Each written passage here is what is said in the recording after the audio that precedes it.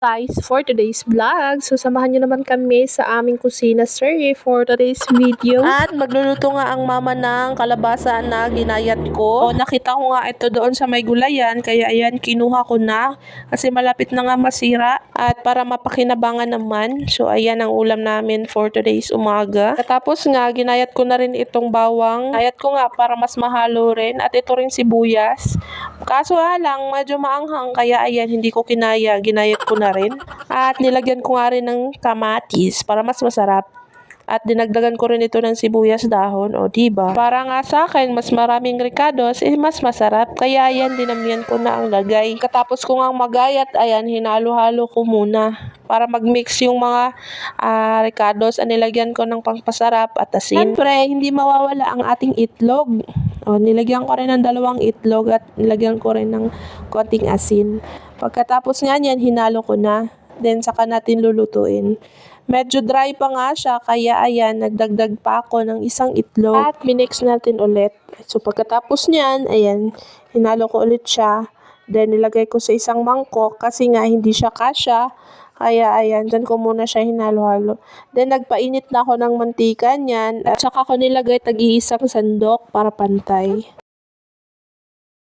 At ito na nga ang kinalabasan. So, ang ganda diba? Kalabasa na may itlog. So, healthy pa. Siguradong mapapakain ng mga bagets. At hindi nga halatang gulay na gulay. Binaliktad ko nga lang yan para hindi masunog yung kabilaan. So, ayan. Pagluto nga ako, nawala pang nanggugulo kasi busy pa siya. Ayun, nagsi-cellphone nga.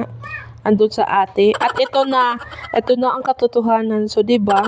Sinong nanay ang relate diyan, nagluluto na may hawak na anak. Iba talaga ang power ng mga nanay. O, kahit nagluluto pa yan, naghuhugas pa yan, may anak na kasunod. Katapos niya, nagpababa na siya. Ayan, kinuha ko na rin itong unang batch ng kalabasa egg natin. Nagbukas nga siya ng ref at nakita niya nga itong pakwan, kaya nanghingi. Kaya ayan, kinuhaan ko muna. At ginayat ko muna siya. Hindi ko nga natapos. Ayan, binaliktad ko na kasi baka nasunog at iniwanan ko nga muna yung pakwan. Kaya ayan, nanggugulo. Sabi ko nga, sandali lang at masunog itong niluluto ko. Tapos ko ulit masalang. Ayan, binalikan ko na yung pakwan para maibigay ko sa kanya. Nang tumigil na nga sa pagmumuryot, Diyos ko. So, ayan na. Natapos na natin itong 2 batch. O, ayan, diba? Ang sarap tingnan. Parang pati lang. At hindi nga halatang gulay na gulay. Maya nga niyan, ayan, yan rin ang papaulam ko sa kanya kasi gusto niya rin yan. Tinuloy ko na rin yung mga naiwan pa. So, ayan na.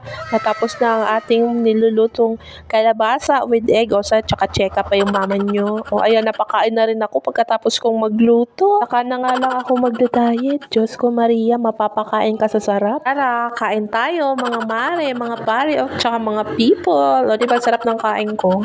So, pagkatapos ko kong magluto, kumain. Kaya ito na naman ang ating tupagin ang paghuhugas. Hugasan na nga natin ito para hindi na tayo matambakan mamaya, o diba? At pasensya na nga kayo sa aking boses dahil paos ang mama nyo dahil napakalamig nga. Kaya ayan, medyo isinisipon ako at inuubo. Kere-kere lang ng mama nyo yan. At nagpapasalamat nga pala ako sa ating mga supporter. Papanunod ng ating mga video kahit lagi nasa bahay lang, o diba? Sana huwag kayong magsawa at sumuporta. At mabilis ang hugas nga lang ito. Pagkatapos ko nga maghugas, ayan, nilagay ko na dito para makatulo naman. Para kapag nilagay natin ito sa platuhan, hindi na basa. O, ayan, diba? Punas-punas. And then, nagwawalis nga pala ako dito banda. At yun lang mga guys. Salamat sa panunood sa ating vlog for today's video. Siyempre, baka naman, pa-like and share para mas marami pang kapanood. Yun lang.